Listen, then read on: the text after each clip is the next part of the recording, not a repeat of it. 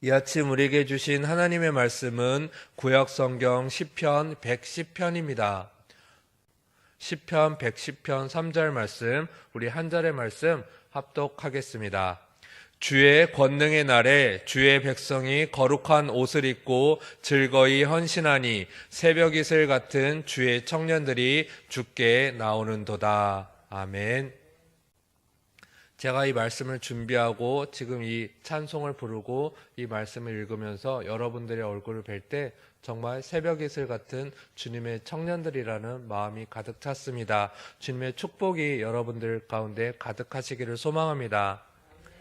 여러분, 구약에 죽지 않고 바로 하늘로 승천한 두 사람이 있습니다. 여러분들이 잘 알고 계신 에녹과 엘리야입니다. 성경에서 엘리야는 선지자를 대표할 정도로 그에 대해 자세하게 소개하고 있지만 에녹에 대해서는 아주 짧게 소개하고 있습니다. 창세기 5장 21절에서 24절입니다. 제가 읽어드리겠습니다. 에녹은 65세에 무드셀라를 낳았고 무드셀라를 낳은 후 300년을 하나님과 동행하며 자녀들을 낳았으며 그는 365세를 살았더라. 에녹이 하나님과 동행하더니 하나님이 그를 데려가심으로 세상에 있지 아니하였더라. 아멘. 에녹이 살았던 그 시대는 타락이 극에 달했었습니다. 극에 달한 타락에 대해 하나님께서는 노아를 통해 타락한 세상을 물로 심판하시겠다고 선포하십니다. 에덴 동산에 살았던 아담과 하와가 하나님과의 약속을 어기고 선악과를 따먹음으로 말미암아 죄가 인간에게 들어오고 죄로 말미암아 인간은 타락하게 되었습니다. 아담이 지은 죄로 인해 모든 인간은 타락하게 되었습니다. 결국 죄가 세상을 지배하게 되었고 죄로 말미암아 인간은 하나님의 심판에서 자유할 수가 없었습니다. 타락이 극에 달했던 시대에 살았던 에녹과 노아는 당시 사람들과는 다르게 하나님 앞에 의인으로 살았습니다. 의인이라고 해서 죄가 전혀 없다는 것이 아니라 하나님 앞에 깨끗하게 살려고 노력했으며 하나님은 그런 그들을 인정했다는 것입니다. 오늘 우리가 하나님을 바라보며 믿음을 가지는 것도 에녹이나 노아처럼 하나님 앞에 깨끗하게 살려고 노력하고 하나님의 기쁨이 되려고 노력하는 것과 같습니다. 그런 마음으로 이 새벽 주님 앞에 나오신 줄 믿습니다. 이 세대는 하나님을 거역하는 죄악이 삶을 지배하고 있습니다. 정직보다는 부정과 정직보다는 부패가 만연해 우리의 삶을 불행하게 합니다. 그래서 사도 바울은 로마서 12장 2절에서 다음과 같은 말씀을 하십니다. 제가 읽어드리겠습니다. 로마서 12장 2절의 말씀입니다. 너희는 이 세대를 본받지 말고 오직 마음을 새롭게 함으로 변화를 받아 하나님의 선하시고 기뻐하시고 온전하신 뜻이 무엇인지 분별하도록 하라. 아멘. 네, 이 말씀은 우리의 삶이 사람들에게 보이는 거짓과 위선의 모습이 아니라 하나님께 보이는 거룩한 삶을 위해 힘써야 함을 강조하는 말씀입니다. 오늘 우리가 함께 읽은 시편 110편 3절의 말씀은 다윗의 시로서 장차 이루어지게 될 메시아 시대의 환상을 품고 노래한 시입니다. 종교개혁자 루터는 이 시편을 두고 다음과 같은 말을 하였습니다. 황금과 다이아몬드 상자 속에 담아둘 것이라고 말했습니다. 오늘 그럼 우리 시편 110편 3절 말씀을 다시 함께 읽어보겠습니다. 다시 함께 읽겠습니다. 주의 권능의 날에 주의 백성이 거룩한 옷을 입고 즐거이 헌신하니 새벽 이슬 같은 주의 청년들이 주께 나오는도다. 아멘. 그렇습니다, 여러분. 하나님의 권능의 역사가 진행될 때 가장 먼저 하나님 앞에 나오는 게 바로 청년들이라고 말씀하십니다. 우리 역사 속에서도 새로운 역사가 시작되는 전환기에서는 청년들이 역사를 바꾸는 결정적 역할을 하는 경우가 매우 많습니다. 18살이라는 어린 나이로 3.1 만세운동을 주도했던 유관순, 하나님의 계시를 받아 100년 전쟁에 참전해 프랑스군을 승리로 이끈 19세 잔 다르크, 한국 대중문화의 한 획을 긋고 신드롬을 일으켰던 19세 서태지.